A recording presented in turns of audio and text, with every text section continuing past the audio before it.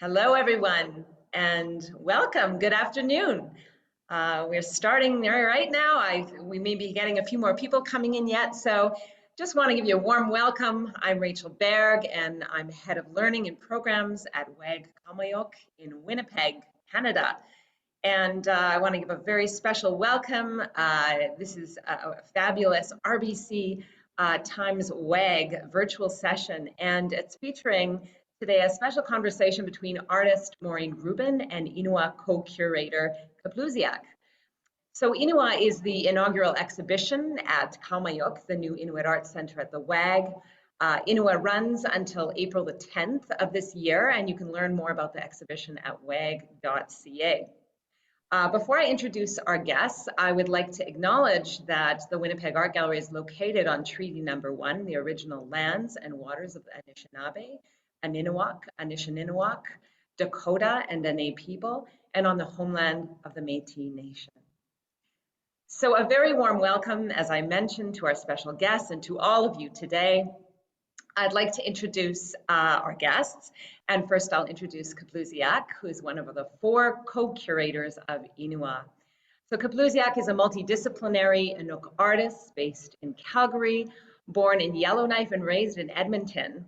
They hold a BFA in drawing from the Alberta University of the Arts and completed the Indigenous Curatorial Research Practicum at Banff Centre for Arts and Creativity in the summer of 2018. They were awarded the Alberta Foundation for the Arts Young Artist Prize in 2017 and the Primary Colors Emerging Artist Award 2018. Kablusiak uses art and humor as a coping mechanism to address cultural displacement. The lighthearted nature of their practice extends gestures of empathy and solidarity. These interests invite a reconsideration of the perceptions of contemporary ingenuity. Kablusiak is currently a board member at Stride Gallery. So welcome, Kablusiak. And secondly, I'm honored to welcome Inuvialuk artist Maureen Gruben, whose work is featured in INUA. Gruben employs an intimate materiality in her practice. Polar bear fur, beluga intestines, and seal skins encounter resins, vinyl, bubble wrap, and metallic tape, forging critical links between life in the Western Arctic and global environmental and cultural concerns.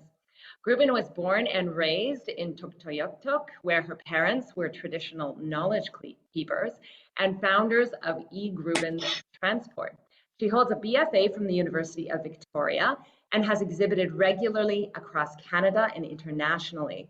She was longlisted for the 2019 Aesthetica Art Prize and the 2021 Sobey Art Prize.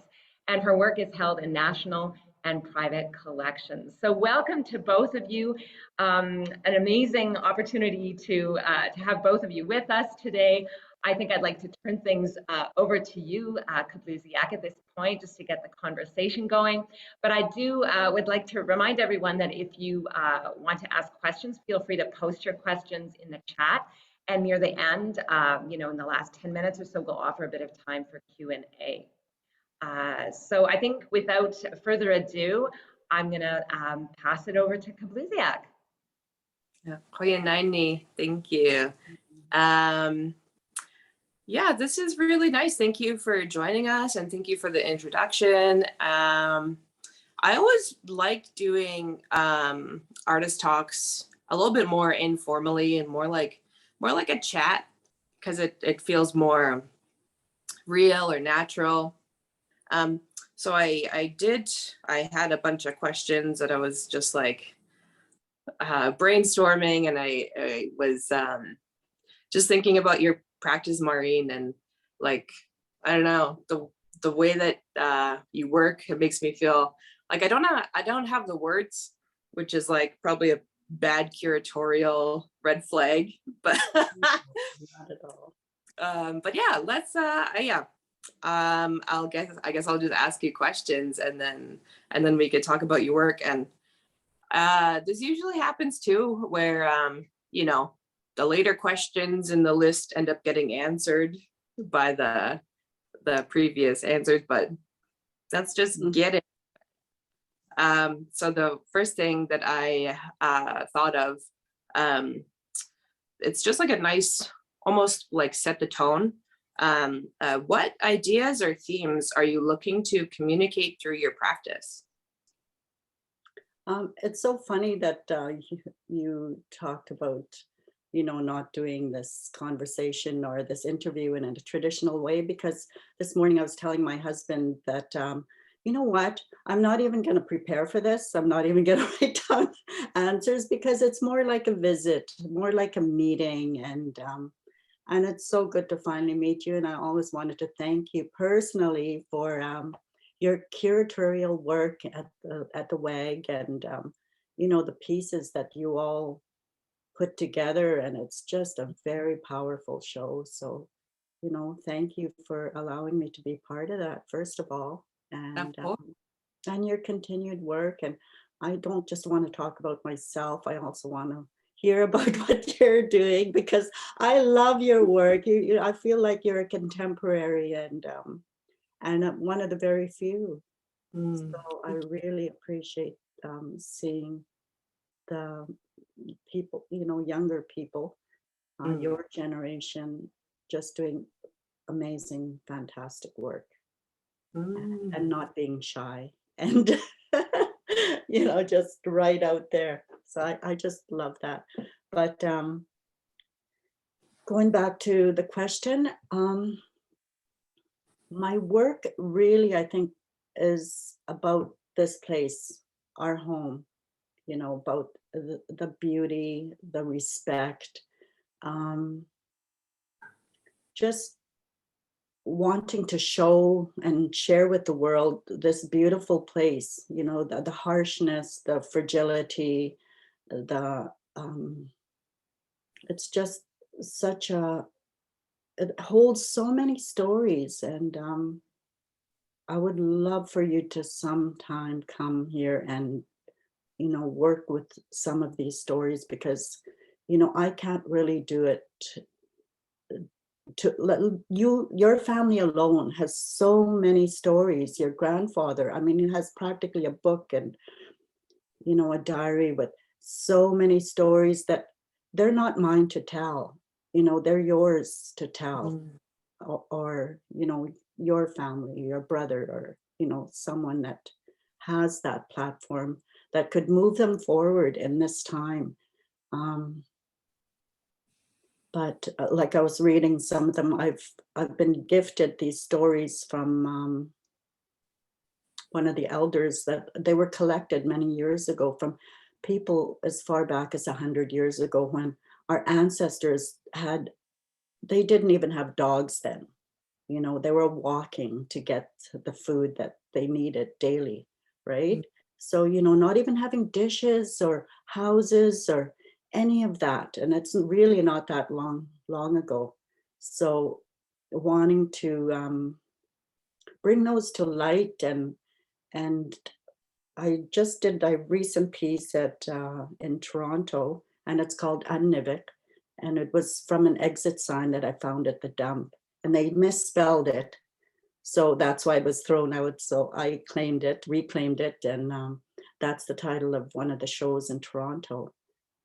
And it's supposed to, like the Inuvialuk word Inuvialuk means like a birthing place. So it's not really, it's like a place to go out, right? And anyways, that's the title of the show. But it was to do with our dump, our landfill site, which is, it's unreal. Anyways, so I'm working with that, and then incorporating the stories of how we had such a clean, sustainable lifestyle, not even, like 60 years ago, 70 years ago, so clean. And now we have all this waste that we don't even know what to do with. It's just getting piled up and piled up. So, I've incorporated words from our ancestors, like, melting igloo walls in my mouth, true stories, that that was from my dad when he was like 4 years old, and they had to, it was a starvation story, walking to Husky Lakes, and his stepmother building just a snow block shelter 2 blocks high, 2 snow blocks high, and putting like a canvas on top, and nothing to eat, absolutely nothing, and like scratching the igloo walls, and putting the snow in his mouth. So like things like that, or one of the things that, and not telling the whole story, but just using like little bits, like a poem almost. And one of the ones from your grandfather, Joe, was back then it was just, game was just so plentiful. It was everywhere, like just thousands upon thousands, right? So when the pintail ducks came, there was just like, he was talking about maybe 2,000, 2,000 to 3,000 in a couple of umiaks, the skin boats, those big skin boats, right? And there was so many that when you tried to talk, you couldn't hear your voice because it got lost in the sound of pintail ducks. Wow. Just amazing stories. So that's pretty much where I would like to start with my work, continuing on the stories, and speaking for the land, for the animals. Yeah. Yeah, and I it's don't like, know if I answered your question directly, but no, no, it's good. It's like, like the land, like our home is just so rich, and there's so much, and it's like, it's hard to put into words. It really is. Yeah, it's just so vast, so plentiful. I mean, right now it's in the middle of winter, like really, really cold. And you wouldn't think there's anything here, right? They're just like, how could anything be living and surviving in this extreme cold?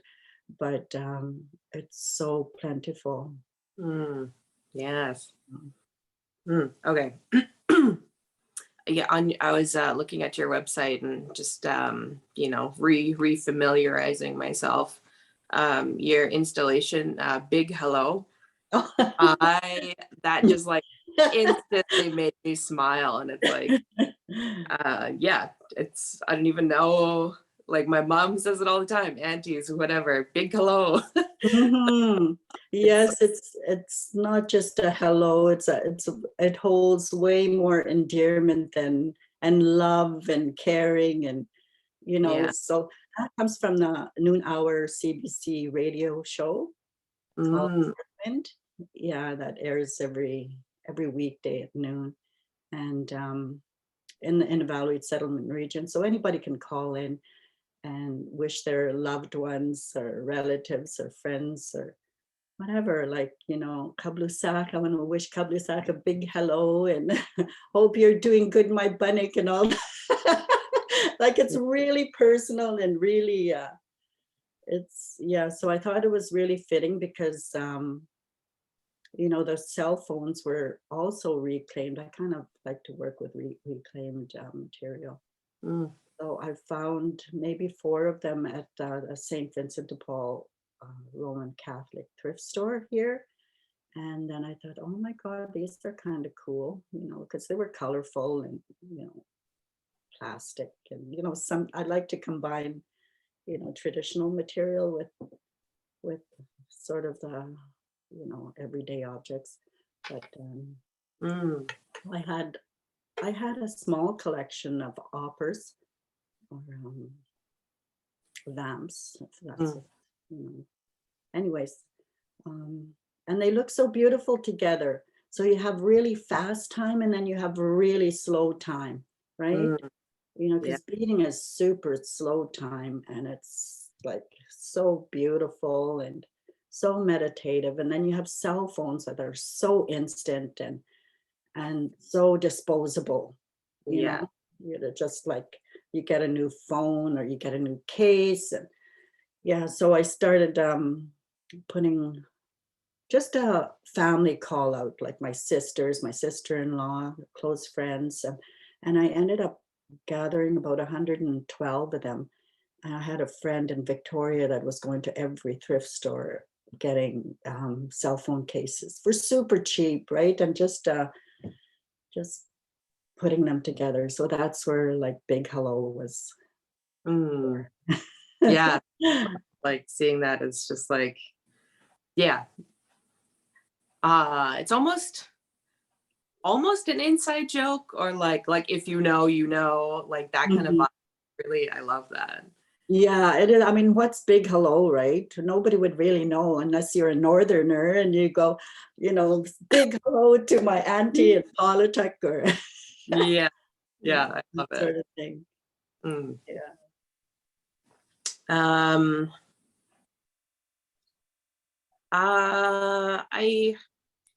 I feel like it's some of the questions that I prepped, like it's Mm. I don't know. I don't feel like this it's like you know how some things it's more for just like a one-on-one versus like a public presentation for a museum. Mhm. So Yeah. so Yes. Yeah. Totally get it. Yeah, we can. It doesn't have to be. It's yeah. whatever. If you want to know anything about your homeland, Mm. I'd be happy to share. I was, you could tell I was kind of going off on this one question where I wrote a big thing. And so About maybe environmentalism? yeah. Yeah, I totally think that's a valid question, because there is such a I don't want to say gap, but it's like a opposite view. You know, I don't think of myself as an environmentalist. I'm more of a steward, right? Mm. You know, we don't really think, like when we go for walks or whatever and we're picking up garbage or we're doing this. I think I mean, I've done, when I was sitting on the Hamlet Council, and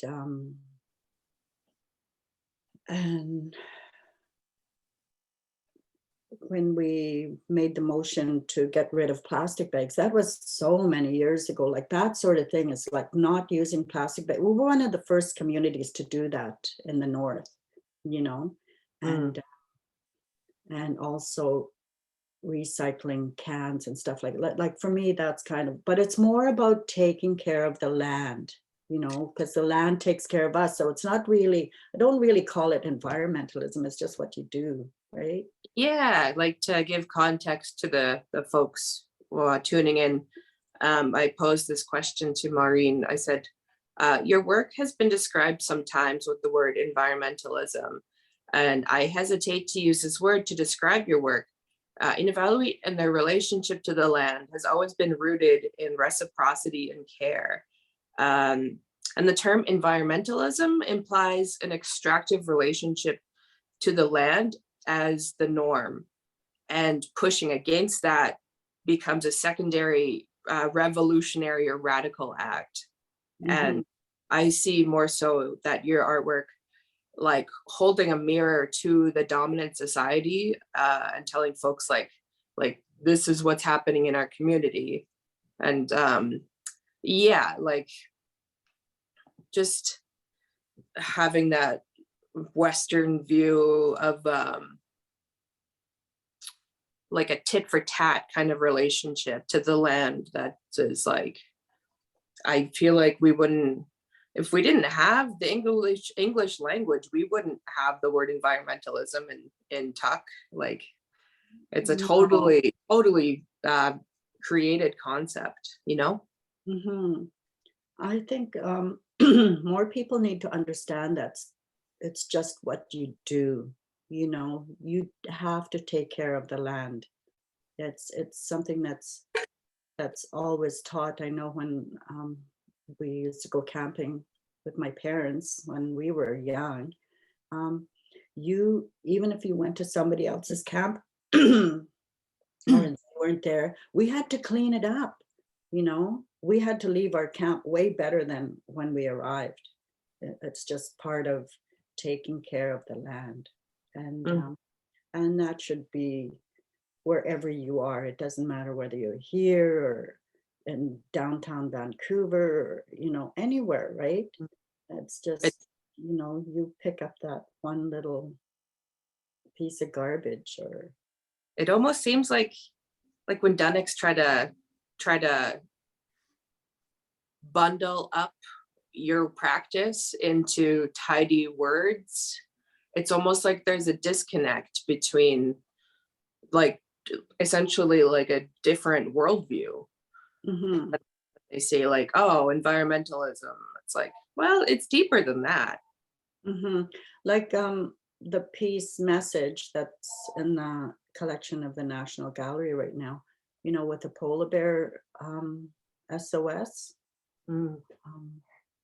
You see that piece, it's not about environmental, it's more about speaking for the polar bear, speaking for Nanook through, I was just like the conduit, and I didn't even know I was going to make that piece, it wasn't even in my mind. I was trying to find a way to use this old polar bear skin, this rug that had deteriorated, and there's no way I was going to throw it away. So I had a friend that was weaving, what do you call the pine needles, or making baskets with them. So I tried that, but that didn't work. And she said, well, my sister is a weaver. So I went to her and she taught me how to weave. And just as I was practicing it, it just okay, I have to make a Morse code pattern SOS with this fur.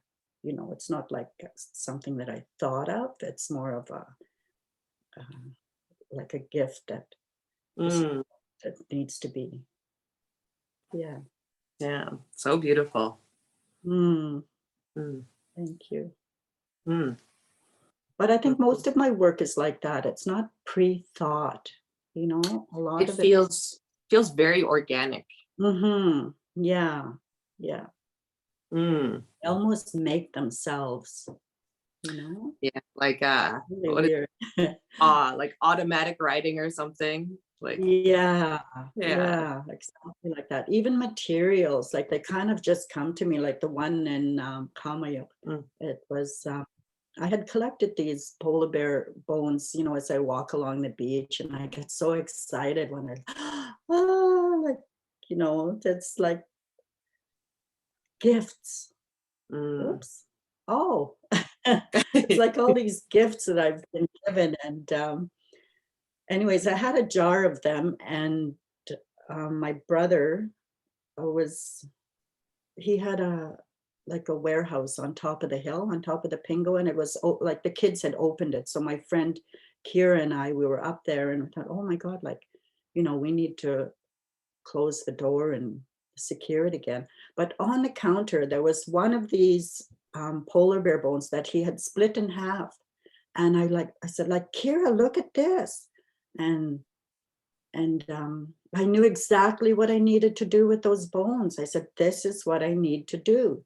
And so I took them all to Victoria. I mean, they were here in Tuck, so I took them all to Victoria, and my husband and I split them with a bandsaw, and then I just cleaned every one of them out with a Dremel, and we got some resin, and I poured different colors in them, and they took many forms. I tried many different forms, but they kind of just formed a circle on their own. I had this big those embroidery hoops. Oh, yeah. Yeah, I used that as the frame because it was like a drum. And and so they kind of just formed themselves, and it started cracking, and it got stuck, and I couldn't get it out. And that's why you have some of that the rough edge at one point. But I think if it didn't have that rough edge, it wouldn't be the piece that it is. Yeah, absolutely. Yeah.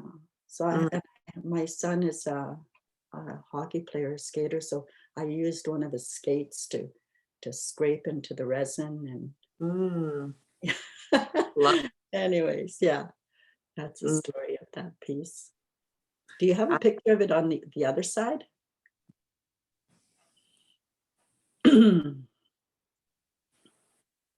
Yeah. So that's the different muted colors. Boy, it's been a while since I've seen that. So when you're walking along the ice here, when it freezes up in October, November, and you're walking along the harbor or any lake, you see all these bubbles like that center part, you know, like these gas bubbles. And I remember walking to church with my mom. We were raised as Catholics, and I'm no longer a Catholic, but that for me, that the best part of going to church was finding those bubbles. My sister and I used to, like, oh, they were so beautiful. But that's what that resin reminded me of, is walking across the harbor and seeing those bubbles in the ice. I love that there's like these little, like, almost Easter eggs of, like, I feel like somebody just visiting the gallery and looking at the work, they might not connect those dots. And I think it's really beautiful to have all these little, like the resin bubbles. It's like, it's so something so satisfying. I don't know how to say it. You know what I mean? Yeah, you should see them in the harbor and the lake. They're even more satisfying. But I think when you split them and you split bones, and there's marrow in the bones, right? In the marrow, there's stories. And this piece, I find, holds so many stories. Looks like people are asking questions in the chat. Should we check them out? Katie T, she says, Maureen, you work with such a wide range of materials.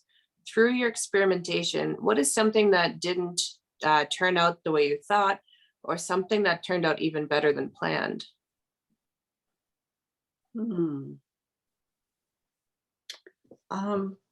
Message was one that I thought turned out way more powerful than I ever thought it would be, because it's 17 feet long, and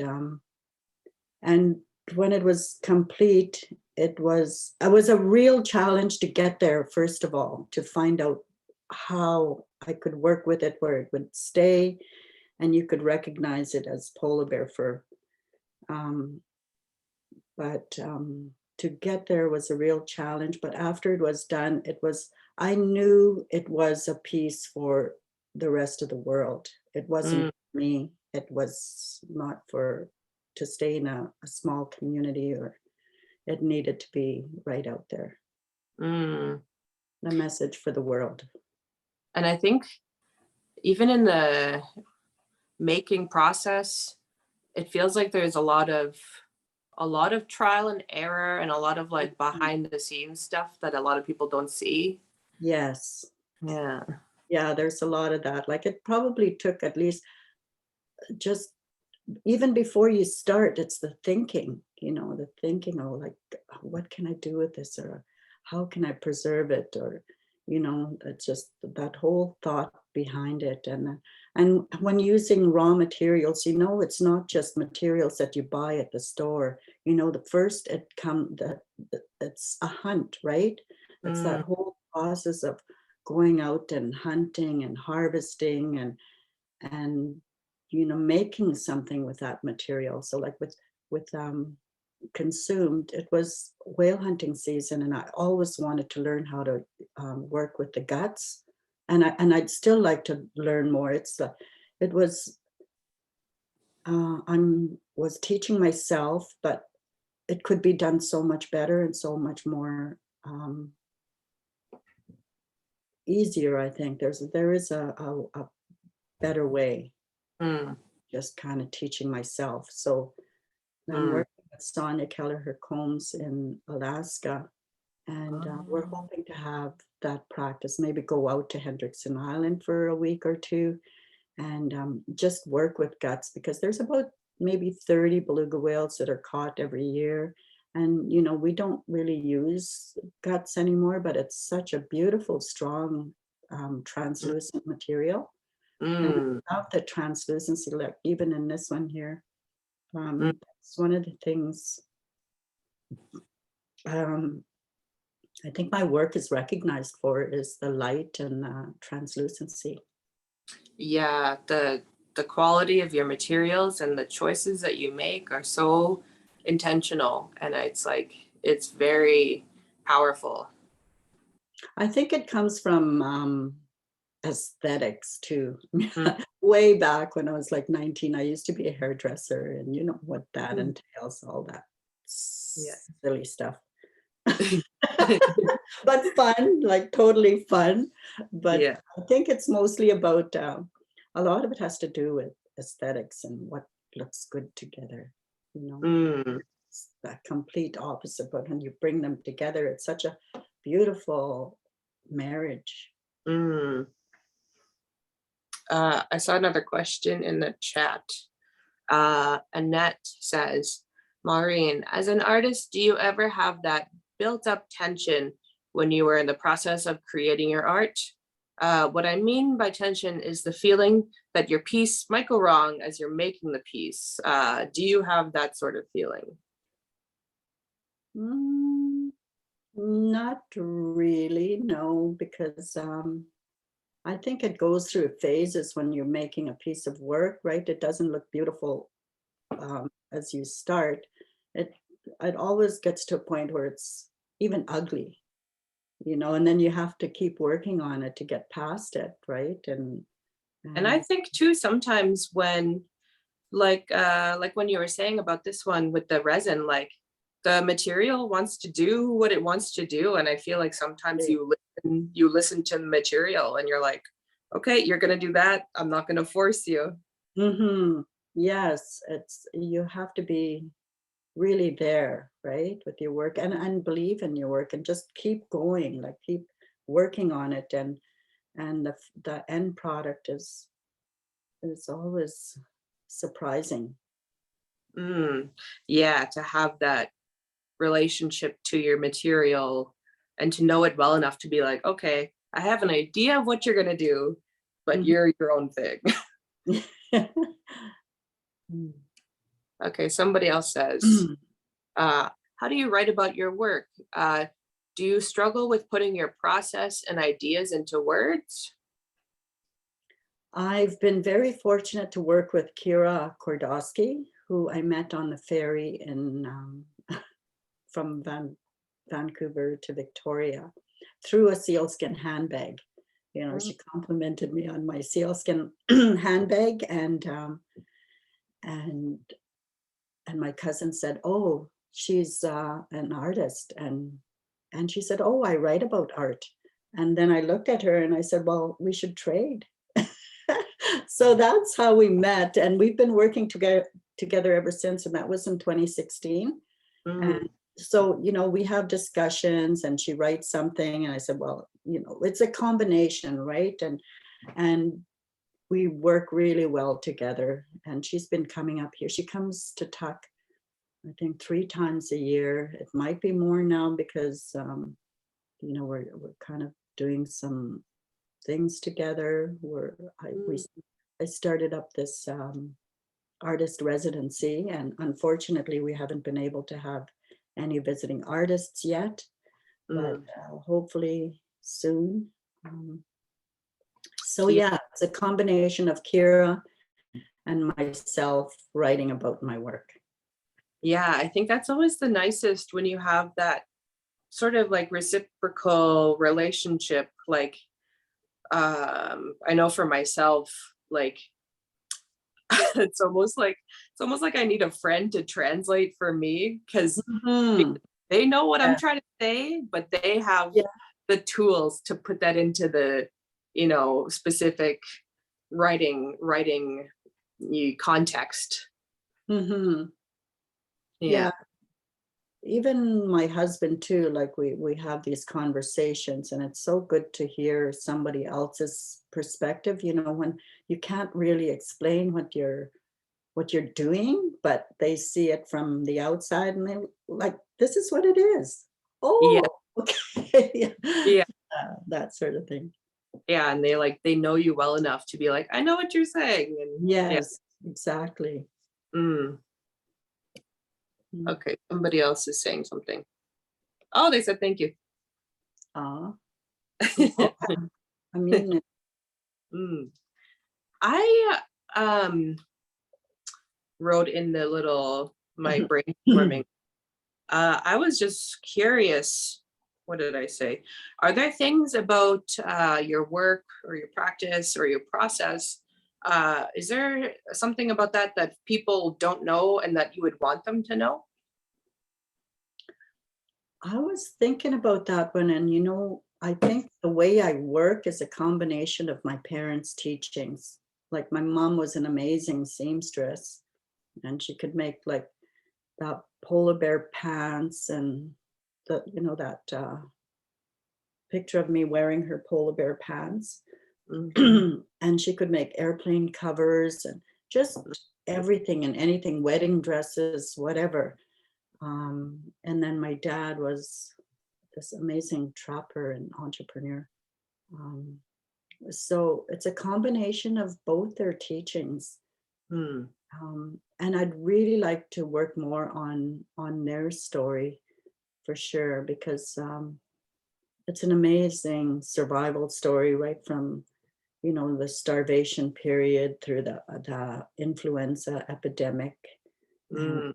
and being only 5 and 9 years old, and the two of them bringing water to the dying Mm. elders in their tents, and then to founding a profitable company through hard work and their leadership in the community and feeding the community and never expecting anything in return. Mm. And then later on, just something I don't really want to talk about now, but it continues on to greed and all that terrible stuff. But that's not really the story. That's the important part, is Mm.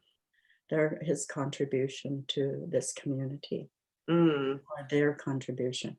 And so I think that's one of the things I'm continuing to work on, and I don't know how I'm going to do it yet. I'd like to explore video and film Mm. and Nice. sound. Yeah, those types of mediums. Yeah, yeah, like a very I just love the way that like film and video and sound work. It's very enveloping, and that's like a really fun thing to play with, is how it just blankets. Mm-hmm. Like for stitching my landscape, if you've ever seen the little film and Yeah. you hear the sound, it's just the natural sound of the ice, and the one part is of me chiseling the ice, and then we slowed it down so that it's like a heartbeat.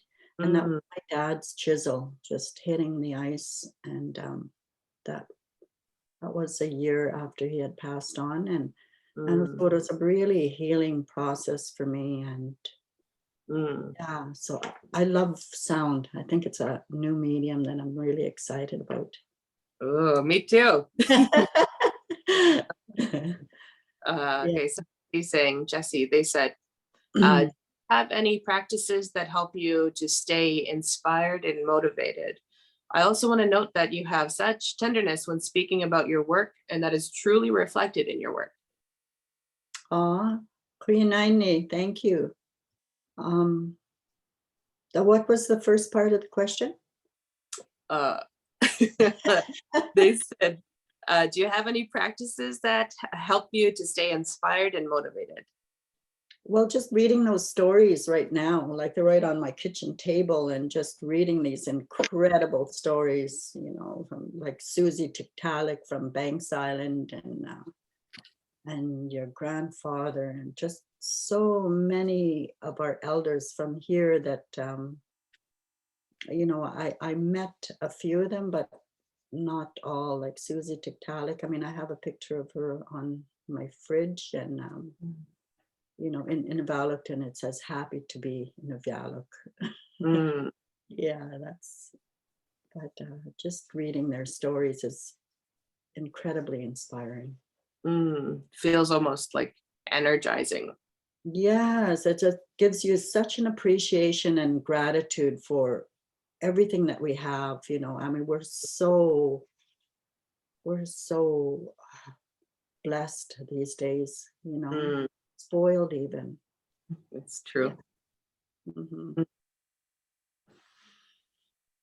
Okay, what else? Who wants to ask questions? We got what, 15, 20 minutes? Or however long we want to go.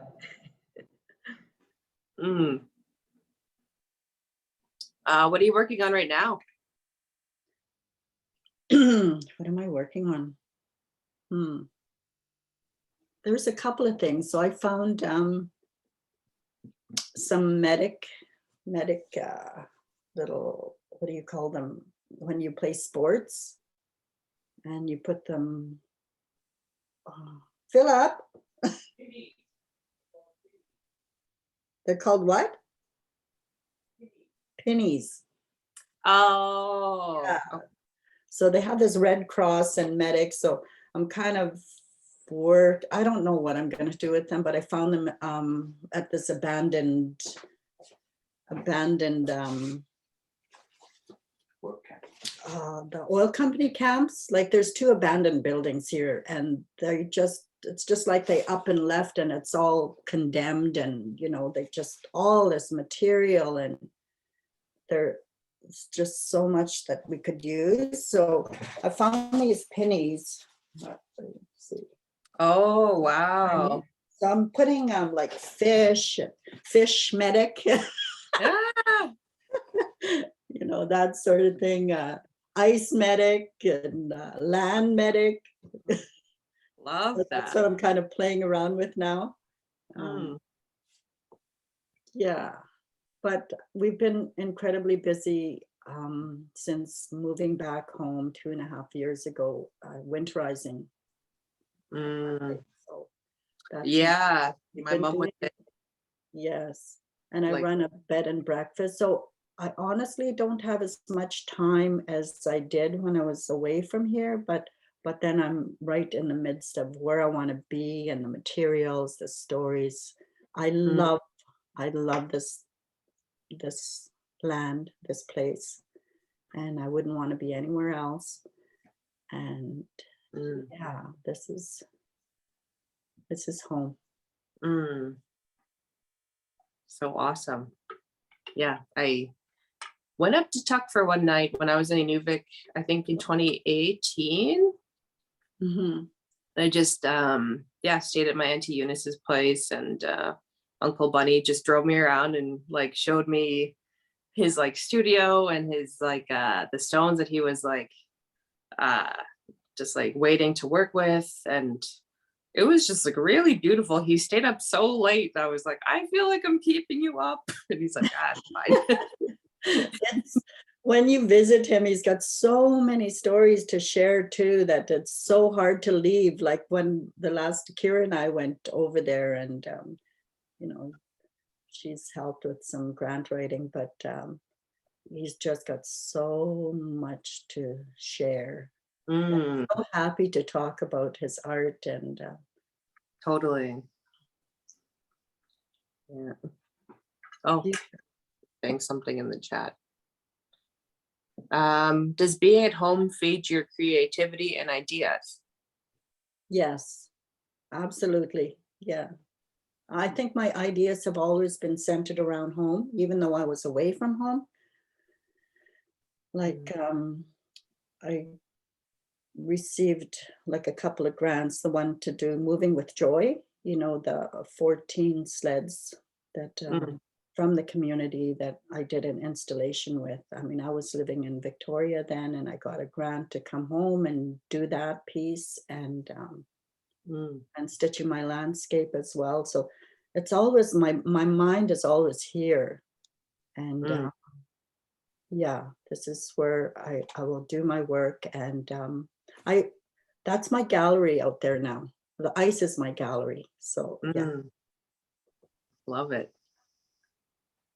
You need to show in my gallery. Yes. Ice gallery. I love it. Mm. Yeah, they love that idea by the looks of it. So Yeah. you need to come and show some work here. Yes. Yeah, definitely. I think one of the things, well, I did a piece, I don't know if you've seen it, the Inuvialuk. We are finally home with the 3 polar bears on the tripods. Have you seen that one? Mm. It's part of Arctic Highways. I think they just opened. It's going to be on tour for about 3 years. Oh, right on. Yeah, so I was gifted these 3 polar bear rugs that were deteriorating from Museum of Anthropology in Vancouver. Mm.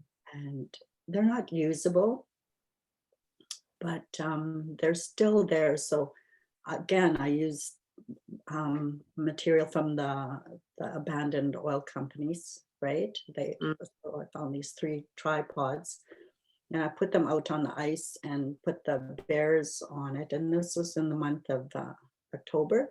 So the ice was just freezing up, and during the full moon, the ice, the water would still come up and it would freeze in layers. And when we went to do the photo shoot, Kira and I, we had to walk through water like over that was overflowed. There was ice underneath, but we're like still cracking. Got some beautiful photos, and there was all these like crystal flowers that appear when the ice is still forming. Mm. So anyways, it was like, and the stars and the northern lights were out, and it was just glare ice with these crystal flowers. So it was like the stars and the ice were reflected together. It's just a beautiful memorial kind of piece, but it's called We Are Finally Home, but it's in Inuvialuk and Mm.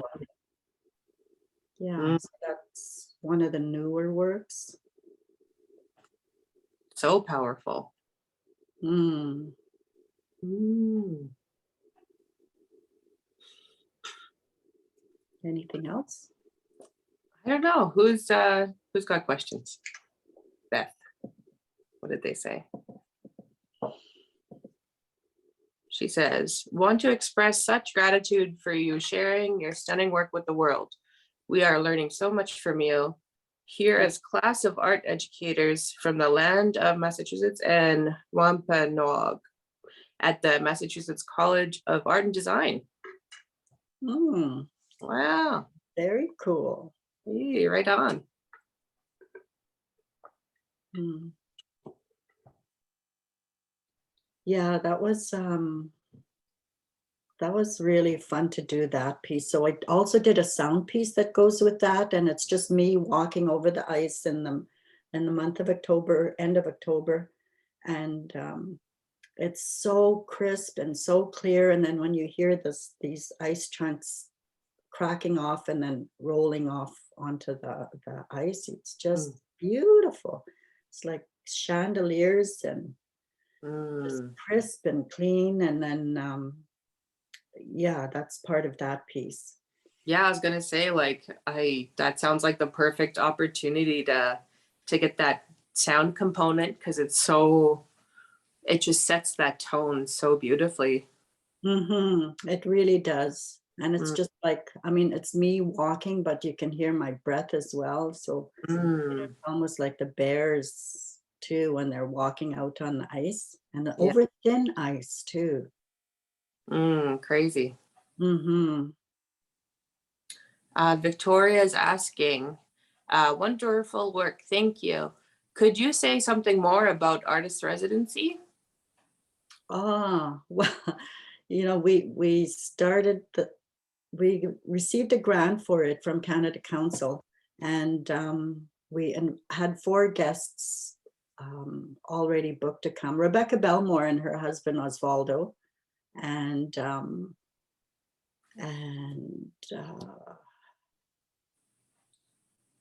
Ursula Johnson and Ooh. her partner. I know, like Wow. amazing artists. Wow. It's like, it's a dream. I always like, you know, since for 20 years ago, I always used to say to myself, this should be a place for artists. You know, it should be a place for artists to gather, and not knowing about artist residencies. And then now to have that established, and it's called Inuvialuk Artist Residency, which is snowbird. And that's one of the first birds to come in the springtime. You see the snowbirds first, and then the seagulls, and then the geese. They're the first ones to come back home. Yeah, so I always say the geese, this is their home, right? They migrate here, they raise their young here. This is their home. They have to leave because they don't have a choice. Right? It's so mama. Yes, yeah, everything, all the food is so good.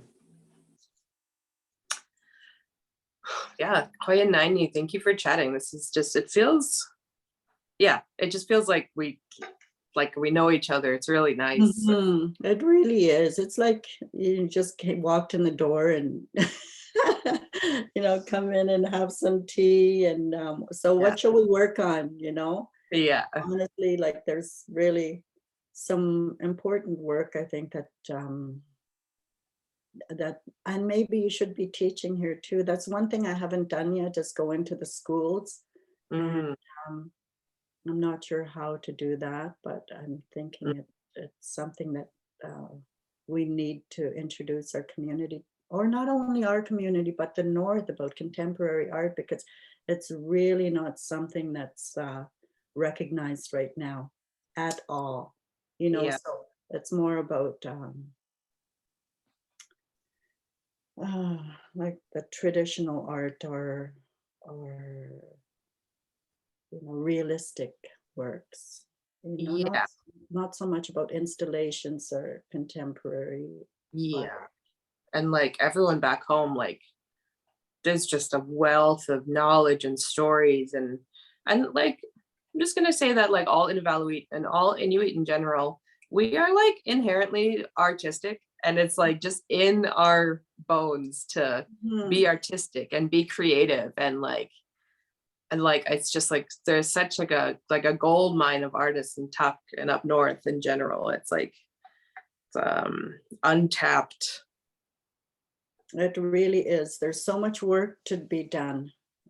Even like this is a nice little start, but I mean, you have uncles all across, you know, Yellowknife, outside of Toronto, you know, so many of them that need to be documented and shared.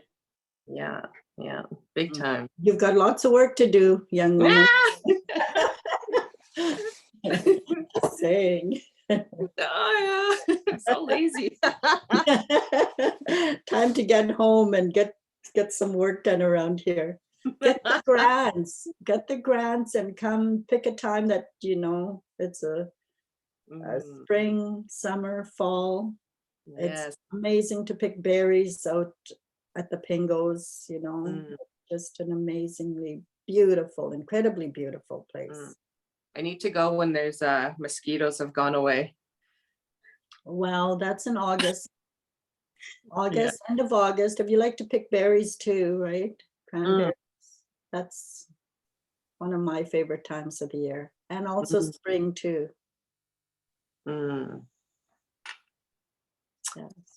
Yes. Oh, Darcy. Hi, Darcy. Darcy. Darcy's here. Yeah, they said thank you for time, and just like I was there with you both. Amazing. Oh, we'll love you too. And you too, you need to come and do some work here. Yeah. Lindsay McIntyre. Oh, hello, Lindsay. This is With some great people here. So nice. I wish I could see you all.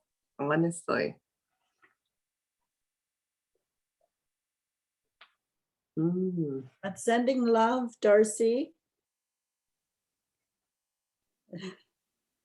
Are we out of time now?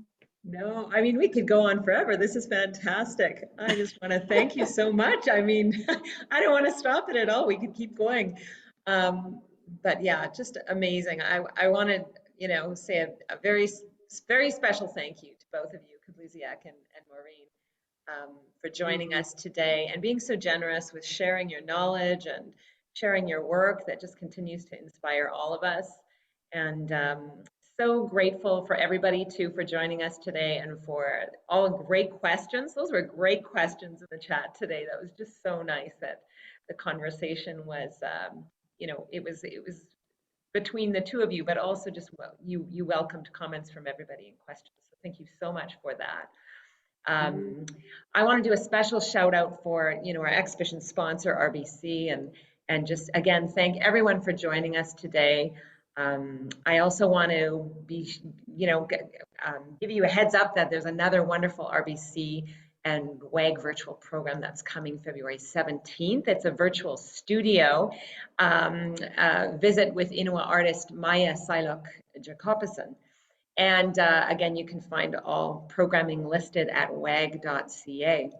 But we are at a time now. I just, again, really want to thank you all for joining us. Special thanks to Kablusiak and to Maureen. And we just, I wish you all a really great rest of the day. So take care. And unless you want to say any final comments, Maureen or Kablusiak? Daima. Yay. It's a wonderful visit, and you're Yeah. welcome anytime. Thank you. Okay, well, thanks so much, everybody. Have a great rest of your day. A wonderful, inspiring conversation to take with us for the rest of today and for the rest of this week. Goodbye. Yeah.